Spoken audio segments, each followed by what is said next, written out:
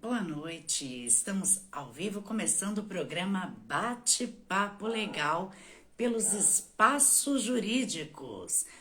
A entrevista hoje é com a advogada doutora Carol Saboia e o tema de hoje da entrevista é sobre os golpistas, né, que acabam utilizando sistemas de consórcio em suas fraudes. Então a gente vai estar chamando a doutora Carol Saboia para dar início aqui à entrevista pelo programa. Vamos aguardar a conexão. Boa noite, doutora. Boa Linda. noite. Doutora, é um prazer tê-la aqui nos espaços jurídicos, no Obrigada. programa Bate-Papo Legal. Eu gostaria que a doutora se apresentasse para as pessoas que não a conhecem. Bom, eu me chamo Carol Saboia, sou advogada criminalista, já tenho aí uma longa caminhada, 15 anos de atuação, e atuo especificamente com golpes e fraudes, principalmente no ramo da internet, que hoje é um mercado obscuro, né? Então, entramos nesse mercado justamente aí em busca de resguardar o direito de inúmeras vítimas espalhadas por todo o Brasil. E, doutora, então eu começo a perguntar, hoje o tema é como os golpistas, né, usam os sistemas do consórcio em suas fraudes. Então, a minha primeira pergunta é quais são os tipos, os principais golpes, né, que envolvem os consórcios? Os golpes que a gente mais recebe no escritório é justamente a questão da carta contemplada. A carta contemplada, infelizmente, é hoje o ranking. Os consumidores vão em busca, muitas das vezes, de tentar adquirir um financiamento e dentro da loja eles são enganados a assinar uma carta de consórcio, um contrato de consórcio. A posterior, somente, que eles vão se deparar que se trata, de fato, de um consórcio. Infelizmente, é um mercado onde grande parte dos consumidores é leigo, então eles não têm muito conhecimento do que estão assinando, o que estão assinando, para que serve, não. Eles vão em busca, muitas das vezes, de adquirir um veículo ou de adquirir uma casa. Os golpes, eles são fantasiados, muitas das vezes, de um anúncio no Marketplace do Facebook, ou no LX, aquelas vendas de casas, né? Vendas de veículos. Compre um veículo de 50 mil, parcelado. Você dá uma entrada e o resto com parcelas flexíveis a combinar. É sempre assim, os anúncios. E eles vão em busca, muitas vezes, de adquirir um veículo de um modo mais fácil. E lá dentro da loja, infelizmente, eles são enganados. E, doutora, como esses criminosos agem para fazer com que a vítima assine esses contratos fraudulentos? Existe todo, existe todo um mecanismo por trás. Como funciona? Eles entram na loja já querendo adquirir, né, um veículo, um imóvel, bem imóvel ou imóvel. E aí, lá dentro da loja, é informado para eles que existe uma carta. Olha, você vai assinar aqui um contrato, mas não se preocupe, o imóvel é seu. Mas para que você visite a casa, você precisa dar um valor de lance para segurar, para reservar a casa. Eu não tenho como reservar a casa para ti se tu não der um valor de lance. É sempre assim. Eu preciso que você dê um valor inicial para segurar esse imóvel. E aí eles falam, tá, mas eu tenho como comprar essa casa? Aí eles sempre falam assim, deixa eu fazer uma análise no teu CPF, deixa eu fazer uma análise de crédito no teu CPF e eu vou verificar se a gente pode fazer pela modalidade de financiamento ou pela modalidade de consórcio. Eles pegam o CPF desse consumidor, vão para dentro da loja, esperam passar um tempinho, 10, 15 minutos, e eles já voltam com um papelzinho na mão. Olha, eu analisei aqui teu CPF, tem um valor, um limite bom disponível para ti. Ah, de quanto? 200 mil, 300 mil. Não, mas eu vi esse anúncio aqui e nesse anúncio a casa é de 80 mil. Não, mas para que tu vai tirar 80 se tu pode tirar 200? Vamos fazer um contrato de 200 que tu pode pegar uma casa, inclusive melhor do que essa que tu viu no anúncio. E aí eles, né, claro, em busca da realização do sonho, porque, convenhamos, o sonho da casa própria é o sonho de todo brasileiro. Então, eles, em busca da realização desse sonho, eles acabam assinando o contrato. assinam o contrato, alguns perguntam, olha, mas aqui está escrito consórcio. Não, mas não te preocupa. Tá tudo certo já, dia 10, então dia 15, tu vai ser contemplado, já tá tudo certo. Então, no dia 10, no dia 15, eu te dou já a chave do teu imóvel. E eles saem dali, crentes que isso vai acontecer. Chega a data marcada, não acontece. Quando eles entram em contato com a administradora, que já não é mais a empresa que intermediou, quando eles entram em contato com a administradora para verificar se de fato houve a contemplação, a administradora informa, não, você não foi contemplado. Mas o vendedor disse que hoje era a data que eu ia pegar minha casa. E aí começa todo um embrole na vida desse consumidor. E, doutora, é possível saber que o consórcio é fraudulento? De que maneira? Nas promessas que eles fazem dentro da loja. As promessas da facilidade, eu costumo dizer, principalmente na minha rede social, tudo que é muito fácil, a gente tem que desconfiar. A promessa de que a carta ela é contemplada, não que não exista. É bom deixar bem claro que existem cartas contempladas, existem empresas que trabalham na sua legalidade de forma muito correta. Mas para o consumidor saber se o que ele está assinando é um contrato fraudulento ou não, ele precisa verificar a idoneidade dessa empresa. Ele precisa antes, joga o nome dessa empresa no Google, sempre tem um reclame aqui. Sempre tem uma notinha. Ou então joga no Facebook. Hoje em dia o Facebook também recebe muitas reclamações. Tem comunidades do Facebook que já recebem reclamações de consumidores. Então, vá em busca dessas comunidades, veja como é a idoneidade dessa empresa. Vá no Tribunal de Justiça, eu costumo dizer, se você for no Fórum Civil, lá no balcão de informação, você vai informar, olha, eu fui numa empresa e eu queria assinar um contrato, mas eu fiquei na dúvida se realmente eu posso assinar esse contrato ou não. Eu queria que você me informasse se essa empresa tem muito processo, se não tem processo. Vai em busca disso, vai em busca de informações. Consulte um advogado.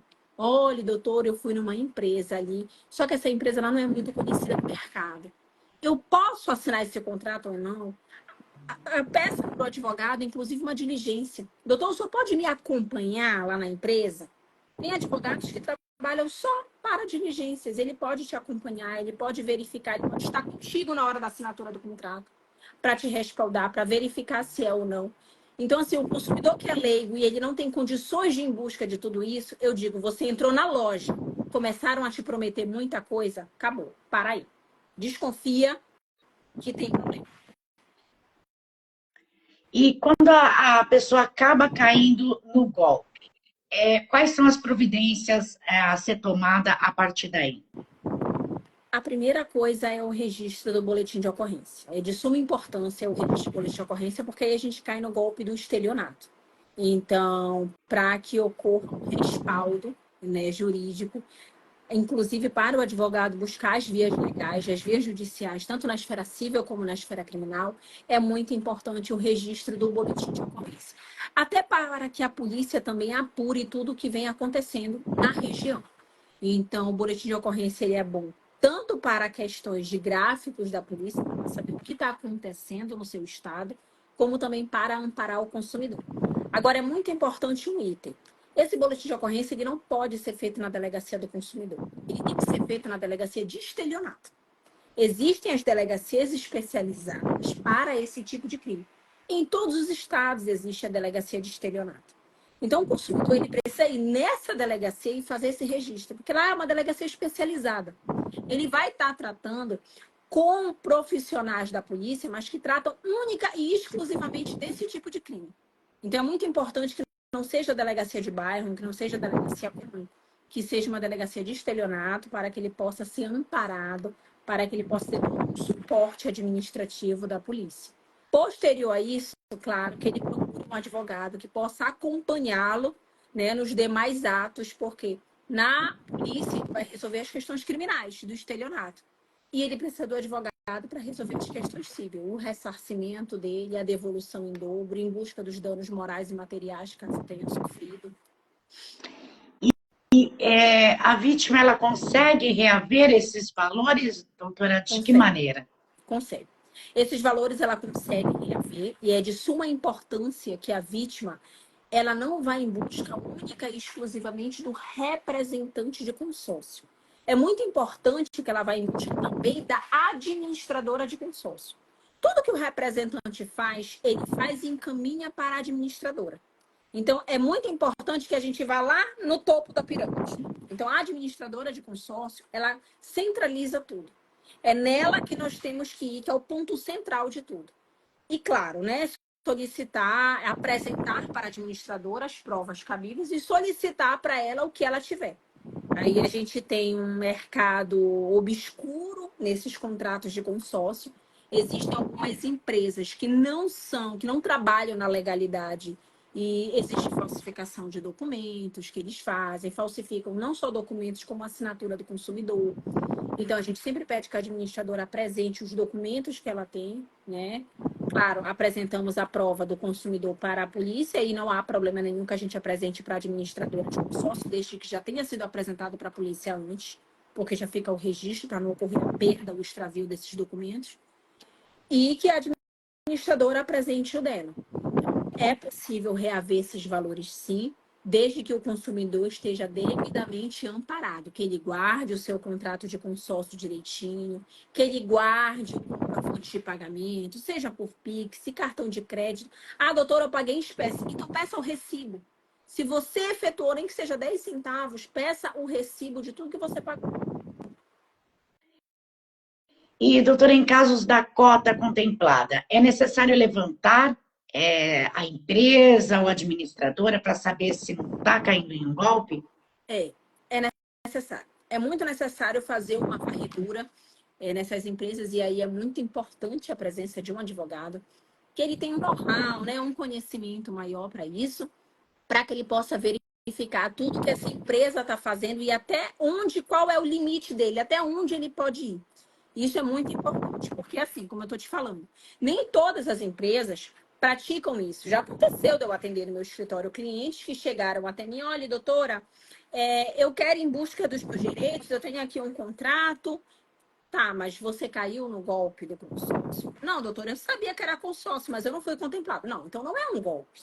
Se você sabia o que você estava assinando, se você tinha conhecimento do que você estava assinando, isso não é um golpe. Você só não foi contemplado. E aí, ok.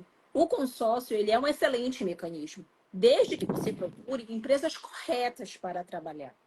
Entendeu? Então, assim, tem muita gente, inclusive, que utiliza o mecanismo do consórcio como um investimento a longo prazo. Ah, eu não consigo guardar dinheiro. Então, eu vou fazer um consórcio.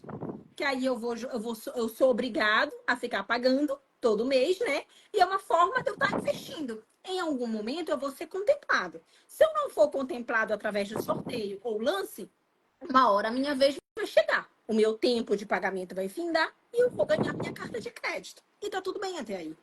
Agora, quando eu não tenho isso, quando eu não tenho esses mecanismos, aí sim é um problema.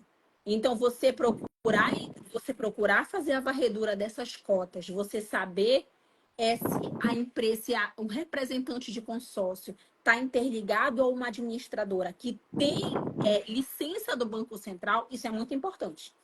Porque tem casos que o consumidor ele cai no golpe do consórcio porque ele não sabia que era consórcio, ele achava que era um financiamento, e tem casos até piores, em que ele não sabia que era consórcio, ele achava que era um financiamento, e mesmo que ele soubesse que era consórcio, às vezes ele jamais seria contemplado porque a administradora, por exemplo, não tem licença no Banco Central. Então, o sorteio ou lance não queria acontecer. E o que é importante levar em conta também na hora de contratar um consórcio, doutora? Perdão, não te ouvi, desculpa. O que é importante levar em conta na hora de contratar um consórcio? Olha, é muito importante o consórcio que o consumidor ele não esteja aperreado para adquirir um bem ou um serviço. É muito importante deixar claro que o consórcio ele não tem data de contemplação. Não existe. Ah, eu vou fazer um consórcio porque dia 10 eu vou ser contemplado. Não, isso não existe. Você vai fazer um consórcio como um mecanismo de investimento, sem data de contemplação. Imagina que você está fazendo um jogo na Bolsa de Valores. Você vai jogar, você vai comprar X cotas ali e vai deixar. E vai esquecer. E aquele dinheiro vai render. por um determinado tempo. O consórcio, ele é assim. Ele é um investimento. Você vai comprar e você vai ficar pagando ali todo mês. E em um determinado momento você vai ser contemplado. Então, é muito importante que você utilize o consórcio como um mecanismo de aquisição de um bem ou serviço a longo prazo. Ah, doutora, mas eu quero de imediato. Então, não é consórcio. Se você quer para o mês que vem, se você quer para daqui a 2, 3 meses, não é consórcio.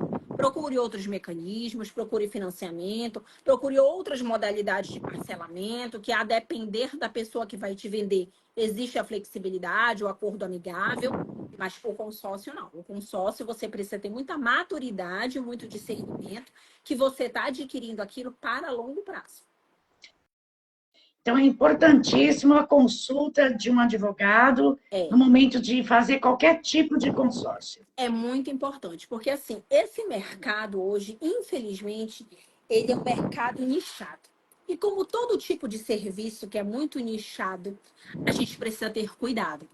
E o consórcio é assim, existe muita gente que trabalha correto, mas na mesma quantidade existe também uma proporção que trabalha errado. E infelizmente, as pessoas que trabalham corretas, elas são apagadas por aquelas pessoas que trabalham na ilegalidade. Então, você ter o acompanhamento de um profissional é de suma importância. Mesmo que seja depois, poxa, mas eu já assinei o contrato, não tem problema. Leve para um advogado, mostre para ele. A consulta, eu sempre digo que o advogado ele não é só assessoria jurídica, também trabalhamos com a orientação jurídica.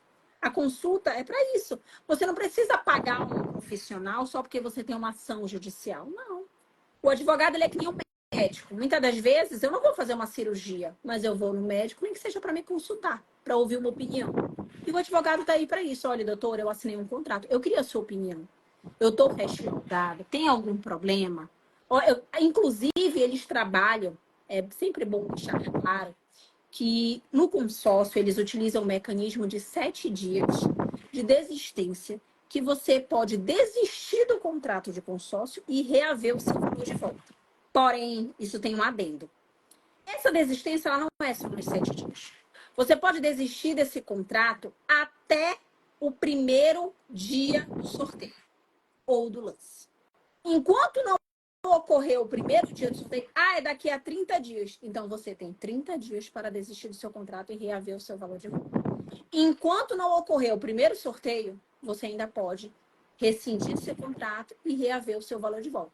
O único problema é que alguns representantes de administradora de consórcio passam a data de quando vai ser, né, esse dia, e aí o consumidor ele fica sem saber. Mas nós, advogados, temos como saber, porque existe sites onde a gente pode acompanhar. Tem, por exemplo, no meu escritório, eu até abro meu computador e informo para eles, olha, por aqui você pode acompanhar. Você pode acompanhar no site, você pode verificar. Tudo é regulamentado pelo Banco Central. Ah, doutora, minha administradora não está nessa lista. Eu disse, então nós temos um problema mais grave. E, doutora, a gente vai para as perguntas dos internautas. Eu vou começar pela live. A Michele mandou uma pergunta, mandou boa noite. Doutora, é sempre bom pesquisar se o endereço físico existe também? É muito importante. Realmente, isso é um ponto muito importante. Eu tenho um caso de um consumidor que ele viu um anúncio na internet. Ele não foi consultar o ponto físico. Ele só viu o anúncio na internet, entrou em contato. O vendedor fez o atendimento todo home office. Não que, como eu estou falando, não que exista um problema, mas passado o tempo da assinatura do contrato posterior, que ele viu que de fato ele não foi contemplado, ele foi no endereço da empresa. O endereço que constava na propaganda que ele tinha visto no Marketplace do Facebook. Quando ele chegou lá, não existia a empresa. Era uma outra empresa, um outro tipo de comércio que funcionava ali. E ali foi quando ele se deparou de fato no golpe. Quando ele mandou a mensagem para o vendedor, tirou uma foto da frente da loja, informou para o vendedor, olha, eu estou aqui, mas tem uma outra empresa na fachada. Onde vocês estão? Vocês se mudaram? O vendedor passou a não responder. É muito importante a pesquisa do ponto físico, sim, para saber se a empresa existe, se a empresa é correta. A pesquisa do ponto físico, a pesquisa nas redes sociais, pesquisa no Google para saber a idoneidade dessa empresa, conversa com o vizinho, porque a gente sempre tem um conhecido, né? Sempre tem um conhecido que já viu a propaganda ou já passou em determinada loja. Fulano, o que tu acha? Tu acha que é bom fazer isso? A conversa também, ela ajuda muito. E a gente tem também a pergunta da Patrícia, que é de Fortaleza. Ela enviou para a gente a seguinte pergunta: como eu posso me proteger dos golpistas? Olha, Patrícia, eu não tenho como te dar essa proteção plena, né? Porque, infelizmente, eu digo que a gente trabalha com relações humanas e, na mesma velocidade que a gente cria mecanismos de proteção, existem outros humanos que estão ali tentando burlar esses mecanismos. Não tem como a gente se proteger 100%, mas tem como a gente tentar não cair no golpe. E um deles é isso: você procurar a idoneidade da empresa, você procurar se preservar, você procurar não acreditar nas facilidades de mercado, não só no ramo de consórcio, mas no ramo digital como um todo. A facilidade do dinheiro rápido, a facilidade de você adquirir um imóvel, de você adquirir um veículo. Convenhamos, a gente não consegue comprar uma casa de forma fácil. A gente não consegue comprar um carro fácil. Eu não consigo pegar um dinheiro fácil. Não é assim que as coisas acontecem. Então, quando você vê que está tudo muito fácil, algo tem aí. Eu digo que o trabalhador, nós trabalhamos, trabalhamos, trabalhamos. E no final, o que a gente recebe do nosso trabalho é para pagar a conta, é para pagar nossa casinha, é para pagar as nossas despesas do mês. É isso. Então, se chegar alguém te prometendo, mas, Patrícia, dá 7 mil de entrada e o resto a gente parcela a combinar. Não existe isso. Não existe no banco e não existe em lugar nenhum. Qualquer empresa lícita que seja, ela pode, claro, flexibilizar a forma de pagamento para ti. Mas ela jamais vai te empurrar um contrato A com fins B.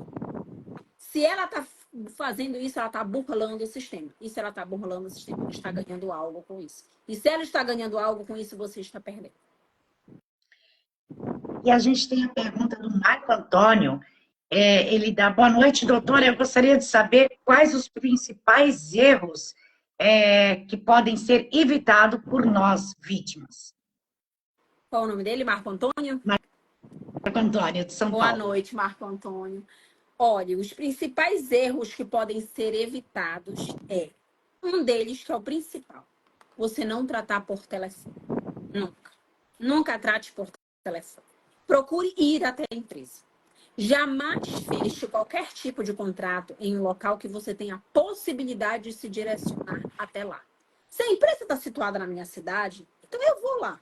É diferente de eu estar entrando em contato com uma empresa de um outro estado. Mas se está na minha cidade, por que eu não vou lá? Por que eu vou resolver por telefone? Não resolva, vá até a empresa. Converse com ela, principalmente quando a gente trata de valores altos. Valores onde a entrada é 20 mil, 30 mil, 50 mil. Eu tenho clientes que já deram 100 mil de entrada, sem nem sequer ver o bem. Então, assim, vá na empresa, converse com o vendedor e não assine nada sem antes ver se de fato o bem existe. Ah, mas eu vi o carro, doutora. Mas você andou no carro? Você pediu o documento do veículo? Você viu se estava regular? Veja isso tudo, cheque, você está no seu direito. Eu digo que quando nós estamos comprando, a gente é rei. Quando a gente compra, a gente é rei. A gente determina. Se eu tô com dinheiro, se eu quero comprar e tu tens algo para vender, então os requisitos quem vai dar vai ser eu. Que eu tô com dinheiro. Então eu sempre falo sobre os meus clientes: você é rei, você está comprando. Então exija, você está no seu direito. Olha, eu quero ver a casa. Não, mas se não fechar agora, tem 8 pessoas na lista e a casa vai ser vendida. Não, mas eu quero ver a casa. Eu só vou assinar quando eu ver a casa. Eu quero ir lá, eu quero entrar na casa, eu quero ver se é igual como está na foto, porque é muito comum também eles utilizarem imagens de imóveis que não existem na cidade. Eles pegam fotos de imóveis situados em outros estados, falam: olha, aquela casa está situada na rua A, número 14. Você vai passar lá na rua A, número 14, a casa não existe. Porque essa imagem foi tirada de um outro estado, de um outro local. Tem casas lindíssimas que eles vendem, que eles colocam como anúncio na plataforma OLX. Casas que são verdadeiras mansões. Valor: 120 mil. Você sabe que a casa não custa aquele valor. Não tem como custar aquele valor. Entendeu? Então, assim, é muito barato, um passo para trás. Ah, o vendedor me ligou. Vá até a empresa. Chegou na empresa, peça para você ver o veículo ou você ver a casa, peça para você visitar e ver o bem de perto. Ah, eu já vi o bem de perto. Peça a documentação da casa ou a documentação do carro. Verifique a idoneidade. Verifique se de fato aquele bem que você viu condiz com o bem que está descrito no documento que ele está te apresentando. Ah, eu verifiquei isso tudo. Ok. O último passo. Verifique se a administradora de consórcio está, de fato, preenche os requisitos do Banco Central. Verifiquei, doutora, a empresa está inscrita no Banco Central, ela está ativa, está tudo corretinho. Então, você pode assinar. Porque no pior cenário, se você for prejudicado, nós vamos em busca da administradora que está interligada no Banco Central, nós vamos pedir automaticamente a retirada dessa empresa, porque é uma aplicação de golpe, e um dos requisitos que o Banco Central utiliza para que ele proteja os consumidores como um todo são os golpes e as fraudes. Então, as empresas que trabalham no setor financeiro, elas precisam ter um respaldo muito grande e o Banco Central tem um rigor muito grande com relação a isso. Então, mesmo que você caia no golpe, a empresa prometida, a empresa que trabalha licitamente, nós vamos em busca de outros mecanismos para que o consumidor tenha o seu dinheiro de volta. Não só o que pagou, mas de forma atualizada, com perdas e danos. E, doutora, e quando essas empresas são fantasmas? Como funciona a partir daí? É um pouco pior nesse caso, né? Infelizmente.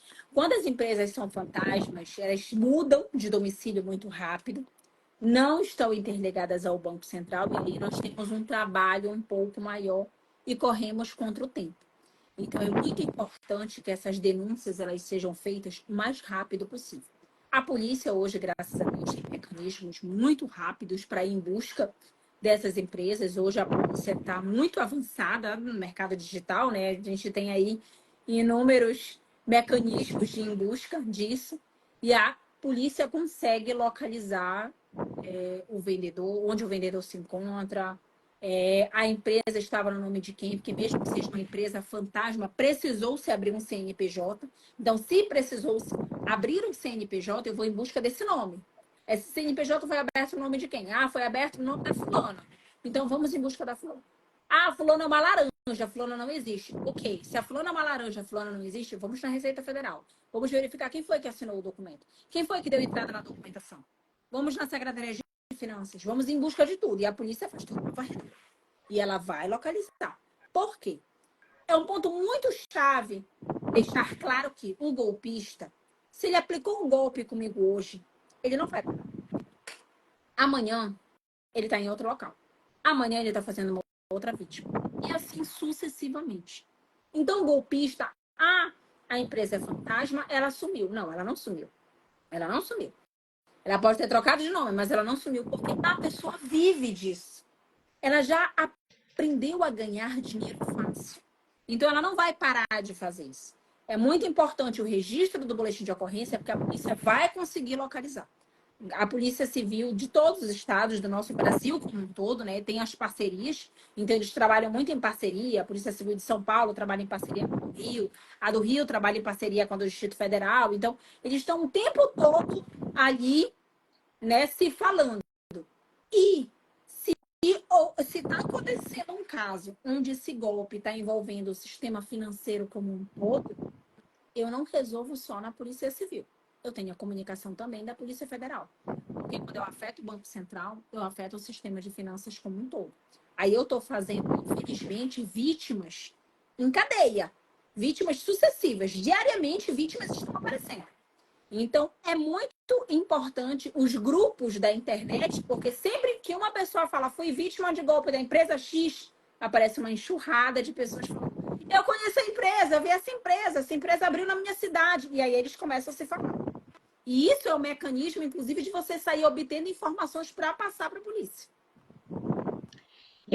A gente tem a pergunta da Mônica, que é de Goiânia. A Mônica perguntou: boa noite, doutora. Eu adquiri uma cota contemplada e eu gostaria de saber se eu posso vender essa cota. Pode. Pode vender a cota contemplada. A cota contemplada ela pode ser vendida sim, de forma legal, de forma lícita. Existem empresas, inclusive, que trabalham só com a compra de cotas contempladas. Isso tranquilamente. Ela pode entrar em contato com a administradora e, às vezes, a própria administradora compra a conta dela para colocar em um outro grupo de consórcio e vender para um outro consumidor. E aí varia muito de administradora para administradora, eles cobrarem a taxa deles e o restante eles devolvem para o consumidor. A cota pode ser vendida assim. E a gente tem a pergunta da Silvia, que é de Minas Gerais. Ela fala: boa noite, doutora. Eu adquiri um consórcio de uma moto. A carta de crédito saiu, mas eu gostaria de trocar ela por de um carro. Me informaram que eu não posso fazer isso. É verdade Não mesmo? pode. Não pode. Se a cota que ela adquiriu era especificamente para a moto, não pode. Porque, assim, no consórcio tem os grupos. Quando é veículos, inclusive tem faixa etárias de veículo. Tem veículos que é só de motocicleta, tem veículos que é só para carga pesada, tem veículos que é só para carros esportivos. Então, a depender da categoria dela, no caso que foi só para moto, ela não pode trocar para outra. Mas ela pode vender a carta dela. Com prejuízo, ela não fica. Ela pode vender a carta, adquirir o valor de volta, a carta fica valorizada. Uma carta contemplada é uma carta valorizada. E o Lucas, também de Minas Gerais, ele enviou: a minha dúvida, doutora, é referente aos consórcios de imóveis. Existe mesmo diferença em relação ao consórcio do imóvel na planta para um imóvel de loteamento? Tem diferença. Tem diferença sim. O imóvel da planta, claro, ele é muito mais barato do que o imóvel de loteamento. Mas o consórcio, as taxas são muito mais baixas, por exemplo, do que um financiamento. Então, é muito mais compensatório você adquirir um consórcio do que o financiamento. Você paga bem menos de juros. A única coisa que diferencia foi aquilo que eu falei anteriormente, é o retorno. Então, o consórcio você não tem um retorno de imediato, mas a taxa de juros, ela é diferente sim, tanto do loteamento como do imóvel na planta. E a gente tem a última pergunta enviada pelas redes sociais, que é do Marco Aurélio. Ele diz que caiu em um golpe, fez o boletim de ocorrência, mas infelizmente ficou por isso mesmo. Ele gostaria de saber se tem ainda como entrar com uma ação com o advogado, porque isso já faz 3 anos. Bom, a questão do tempo é um pouco delicado, porque a justiça, foi aquilo que eu falei, infelizmente trabalhamos contra o tempo. Como funciona? O boletim de ocorrência, eu tenho 180 dias da data do fato para registrar a ocorrência.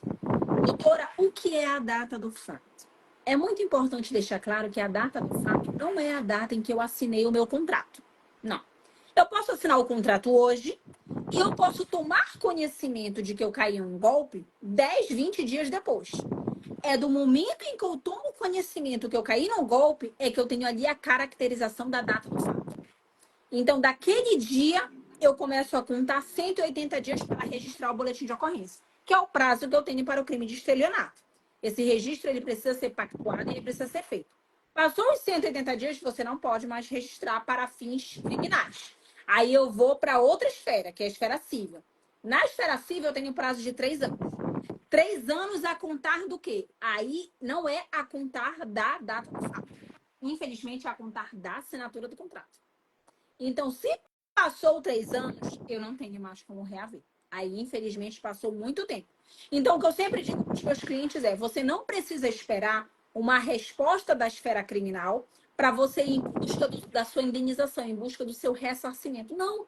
Os dois podem andar juntos. Doutor, eu registrei o boletim de ocorrência. Eu preciso esperar agora a Polícia Civil fechar o inquérito e encaminhar para o Ministério Público? Não. Se você já fez o registro do boletim de ocorrência, nós vamos agora fazer uma ação civil para solicitar a sua indenização.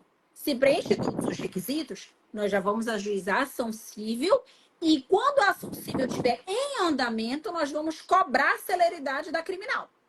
É importante que o consumidor, acompanhado de um profissional da área do direito, cobre constantemente da delegacia que o boletim de ocorrência seja fixado para fins de IPL, de inquérito policial. Enquanto o inquérito policial não for instaurado, aquele BO não vai passar de um BO. É interesse do consumidor e é interesse do advogado que esse boletim de ocorrência vire um inquérito, que esse inquérito seja relatado e encaminhado para o Ministério Público. para fins criminais, é muito importante isso. E, claro, possível também, porque quanto mais documento eu tiver para provar que houve fraude no contrato, mais condições, maiores são as chances do juiz dar uma sentença favorável. E, doutora, nós está quase chegando ao final da entrevista. Quais são os contatos da doutora das redes sociais para o pessoal seguir, acompanhar, tirar as suas dúvidas, acompanhar o seu trabalho nas redes sociais? Bom, a minha rede social é carolsaboia.adv, A de amor, D de dado, V de vampirinha. Então, é muito fácil de decorar. Carol Saboia colocou na rede social Carol Saboia, tanto no Facebook como no Instagram. Pode me adicionar à vontade. Estou sempre aberta a tirar as dúvidas das pessoas. Eles sempre mandam no meu direct, sempre mandam no Instagram. Doutor, eu tô com uma dúvida, aconteceu isso, isso, isso. Mande que a gente responde. Às vezes não é na hora, mas no final do dia, quando eu chego em casa, eu procuro estar respondendo todas as pessoas com muito carinho. A gente é muito acessível. Ah, doutora, eu não moro no mesmo estado que você. Fazemos uma videochamada, conversamos com o consumidor, orientamos ele da melhor forma possível para que ele se resguarde, né? O mundo digital está aí, tanto para o bem como para o mal, então a gente tem que procurar estar sempre se resguardando e em busca dos nossos direitos sempre. Então, é carolsaboia.adv. Vocês podem adicioná-la nas redes sociais e tirar as dúvidas também que ela atende pelo Brasil todo. É isso, Sim, né, doutora? pelo Brasil todo. E, doutora, faltou a gente falar algo sobre o tema que a doutora gostaria de estar acrescentando? Acho que esgotamos. É sempre bom eu esclarecer para as pessoas, né, a questão da importância do profissional. Eu sempre digo que não é que a gente queira valorizar essa área, mas é porque é muito importante que você vá em busca de um profissional. Eu digo, quando a gente está com uma dor de estômago, a gente não vai em busca de um clínico geral, a gente vai em busca de um gastro. Então, se você está passando por um problema, procure um advogado especialista na área. Tem direito, ele é um leque de opções. No curso, a gente aprende todas as áreas possíveis. As áreas, elas são infinitas. Então, se você não procurar um profissional especializado naquilo, infelizmente o tempo vai passar, você vai perder o prazo. No direito, a gente tem a decadência que, infelizmente, não é a nosso favor. Então, direito a gente tem, mas não vai mais poder utilizá-lo. Então, é muito importante correr com tempo em busca de um profissional. Ah, doutora, não tenho dinheiro, não sei como eu faço. Converse com um advogado. Eu digo que os advogados, a gente sempre tem uma flexibilidade, sempre tem um jeitinho para estar conversando com o consumidor e mostrando para ele a melhor forma possível dele estar se resguardando em busca dos direitos. Se a gente não brigar pelo que é nosso, ninguém vai brigar. Com certeza, doutora.